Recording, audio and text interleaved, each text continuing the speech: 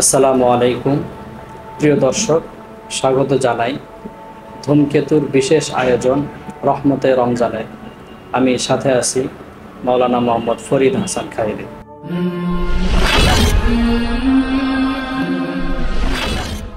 রমাদানের রোজা কার উপরে ফরজ?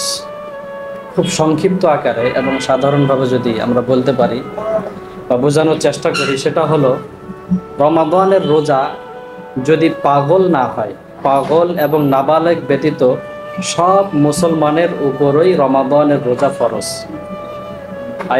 আমি আবারও বলছি, পাগল এবং নাবালেগ ব্যতীত সব মুসলমান এবং মুসলিমা, নর এবং নারী সবার উপরই রমাদানের রোজা ফরজ, যদি তাদের ভেতরে শরীয়ত সম্মত কোনো ওজর না পাওয়া যায়।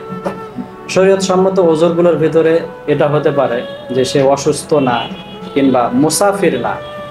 এ দুটো যদি ওজর না পাওয়া যায়, তাহলে প্রত্যেকটা বালেগ এবং সাবালক যে সমস্ত নর নারী রয়েছে যারা পাগল না, এদের উপরই রমাদানের রোজাটা ফরজ।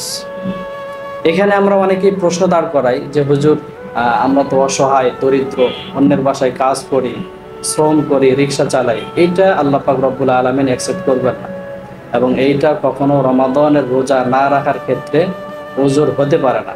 এই জন্য যে ব্যক্তি পাগল না হবে এবং নাবালেগ না হবে এবং শরীয়ত সম্মত ওজর তার ভিতরে না পাওয়া যাবে, তাহলেই সেই ব্যক্তির উপরে রমাদানের রোজা রাখা ফরজ।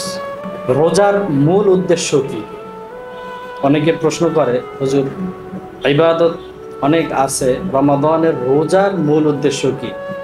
রমাদানের রোজার মূল উদ্দেশ্য আমরা কুরআনুল কারীমের ওই আয়াত থেকেই পাই, যে আয়াত আল্লাহ পাক রব্বুল আলামিন সূরাতুল বাকারা এর 183 নম্বর আয়াতের মধ্যে বলেছেন যে কুতিবা আলাল্লাযীনা মিন ক্বাবলিকুম লাআল্লাকুম তাত্তাকুন, আমি রমাদানের রোজাকে ফরজ করেছি যাতে করে এই রমাদানের রোজার মাধ্যমে মানুষ তাকওয়া অবলম্বন করতে পারে। সম্মানিত দর্শক শ্রোতা, তাকওয়া এটা অত্যন্ত দামি এবং শ্রেষ্ঠ একটা নিয়ামত।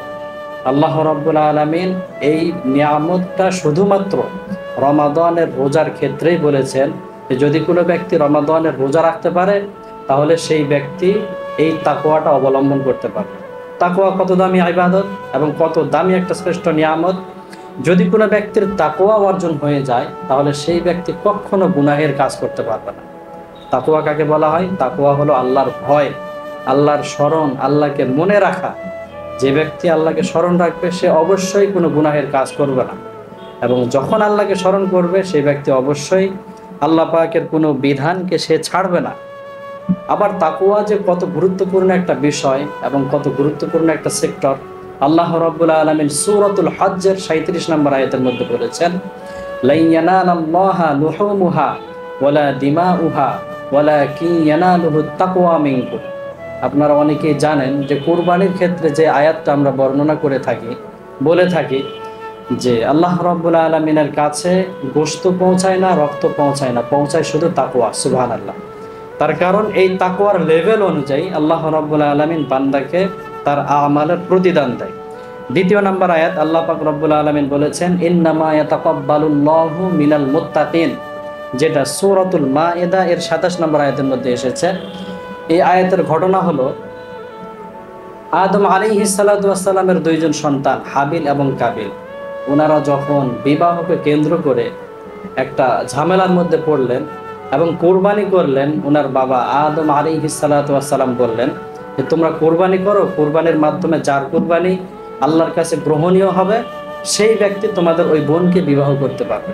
আল্লাহ রাব্বুল আলামিন সেখানেও বলেছিলেন, ইন্নামা ইয়াতাকাব্বালুল্লাহু মিনাল মুত্তাকিন, আল্লাহ পাক যারা মুত্তাকি হবে তাদের ইবাদতগুলোকেই গ্রহণ করে থাকেন।